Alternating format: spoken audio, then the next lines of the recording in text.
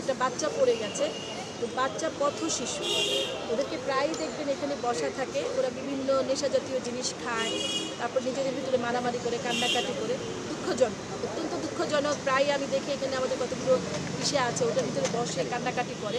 কালকের ঘটনাটা আমি জানতে পেরেছি, আমার সুপারভাইজার জানিয়েছেন, পুলিশ জানিয়েছেন, স্থানীয় পুলিশ, যে বাচ্চাটা পড়ে গেছে ওখান থেকে। এই অভিযোগের প্রেক্ষিতে আমরা এই অভিযানের জন্য বিভিন্ন জায়গায় ফোন করেছি, ওরা ওই ফোনে সাড়া দিয়ে এসছে। কালকে অভিযান চালিয়েছে, আজকে সকাল 7টা থেকে আবার অভিযান চালিয়েছে। এখনও বাচ্চা যেইটুকুন পানি, আমি যেহেতু লেক দেখভাল করি, ওইটুকুন পানিতে বাচ্চা ডুবে থাকলেও উঠানোর সম্ভাবনা আছে। 1, 2, 3 ঢাকায় জমি জিতে নিন 100% ক্যাশব্যাক সহ 20 কোটি টাকার পুরস্কার। আরেকটা কষ্ট হচ্ছে ডুবুরিদের, যেটা হলো যে এখানে বিভিন্ন আমরা পরিষ্কার করছি, আশেপাশের যারা নেবারহুডের আছেন ওনারা এনে রাতে ময়লাগুলো ফেলেন, বর্জ্য ফেলেন। যে বর্জ্য ফেলার কারণে পানিটাও নোংরা, ডুবুরিরা খুব বেশিক্ষণ কাজ করতে পারছেন না, শ্বাসের কষ্ট হচ্ছে।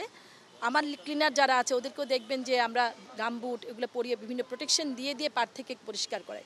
পানিটা অত্যন্ত নোংরা, বিভিন্ন সোয়ারেজ কানেকশন আছে, বিভিন্ন জন বিভিন্ন ময়লা ফেলে যাচ্ছে, এগুলো বাসার নির্মাণাদি, পুরানো ফার্নিচার এরকমও থাকে।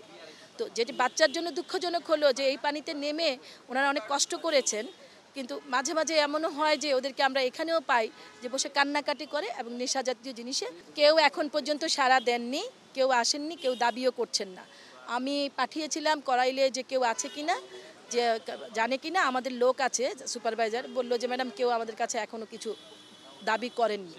সেক্ষেত্রে ফায়ার ব্রিগেড আপাততর জন্য বলে গেছেন আমাকে যে ম্যাডাম আমরা আপাতত স্থগিত করলাম, আর পরবর্তী যেটা আছে কেউ যদি দাবি করে ওনাদেরকে জানালে ওনারা এসে আবার এটা চালাবেন অভিযান।